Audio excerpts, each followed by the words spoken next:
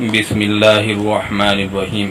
حضرت حسن بن علی رضی اللہ تعالی عنہما فرماتے ہیں کہ میں نے اپنے ماموں ہند بن ابی حالہ سے حضور اکرم صلی اللہ علیہ وسلم کا حلیہ مبارک دریافت کیا، اور وہ حضور صلی اللہ علیہ وسلم کے حلیہ مبارک کو بہت ہی کثرت اور وضاحت سے بیان کیا کرتے تھے، اور میرا دل چاہتا تھا کہ وہ ان اوصاف جمیلہ میں سے کچھ میرے سامنے بھی ذکر کریں تاکہ میں ان اوصاف جمیلہ کو ذہن نشین کر کے اپنے اندر پیدا کرنے کی کوشش کروں۔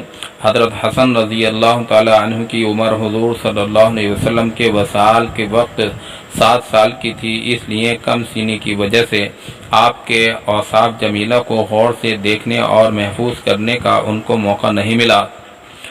ماموں جان نے حضور اکرم صلی اللہ علیہ وسلم کے حلیہ شریف کے متعلق یہ فرمایا کہ آپ خود اپنی ذات و صفات کے اعتبار سے بھی شاندار تھے اور دوسروں کی نظروں میں بھی بڑے رتبے والے تھے۔ آپ کا چہرہ مبارک 14ویں رات کے چاند کی طرح چمکتا تھا۔ آپ کا قد مبارک بالکل درمیانے قد والے سے کسی قدر لمبا تھا، لیکن زیادہ لمبے قد والے سے چھوٹا تھا۔ سر مبارک اعتدال کے ساتھ بڑا تھا۔ بال مبارک کس قدر بل کھائے ہوئے تھے، اگر سر کے بالوں میں اتفاقاً خود مانگ نکل آتی تو مانگ رہنے دیتے، ورنہ آپ خود مانگ نکالنے کا اہتمام نہ فرماتے، یعنی اگر بسہولت مانگ نکل آتی تو نکال لیتے، اور اگر کسی وجہ سے بسہولت نہ نکلتی اور کنگھی وغیرہ کی ضرورت ہوتی تو اس وقت نہ نکالتے، کسی دوسرے وقت جب کنگھی وغیرہ موجود ہوتی تو نکال لیتے۔ جس زمانے میں آپ کے بال مبارک زیادہ ہوتے تھے تو کان کی لو سے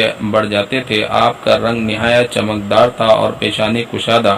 آپ کے ابرو خمدار، باریک اور گنجان تھے۔ دونوں ابرو جدا جدا تھے، ایک دوسرے سے ملے ہوئے نہیں تھے۔ ان دونوں کے درمیان ایک رگ تھی جو غصے کے وقت ابھر جاتی تھی۔ آپ کی ناک بلندی مائل تھی اور اس پر ایک چمک اور نور تھا۔ ابتداءً دیکھنے والا آپ کو بڑی ناک والا سمجھتا، لیکن غور سے معلوم ہوتا کہ حسن اور چمک کی وجہ سے بلند معلوم ہوتی ہے، ورنہ فی نفس ہی زیادہ بلند نہیں ہے۔ آپ صلی اللہ علیہ وسلم کی داڑھی مبارک بھرپور اور گنجان تھی۔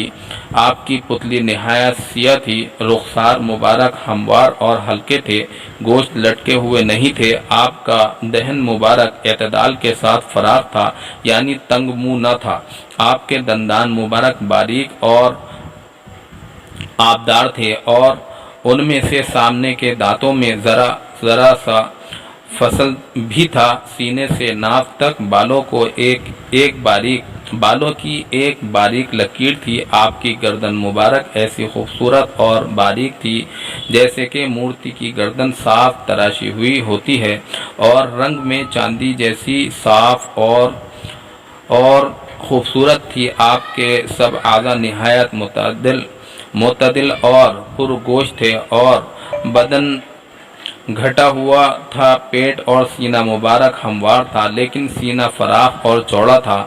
آپ کے دونوں مونڈوں کے درمیان کچھ ذرا فاصلہ تھا۔ جوڑوں کی ہڈیاں قوی اور بڑی تھیں، جو قوت کی دلیل ہوتی ہے۔ آپ کے بدن کا وہ حصہ بھی جو کپڑوں سے باہر رہتا تھا روشن اور چمکدار تھا، جائے کہ وہ حصہ جو کپڑوں میں ڈھکا رہتا تھا۔ سینہ اور ناف کے درمیان ایک لکیر کی طرح سے بالوں کی باریک دھاری تھی۔ اس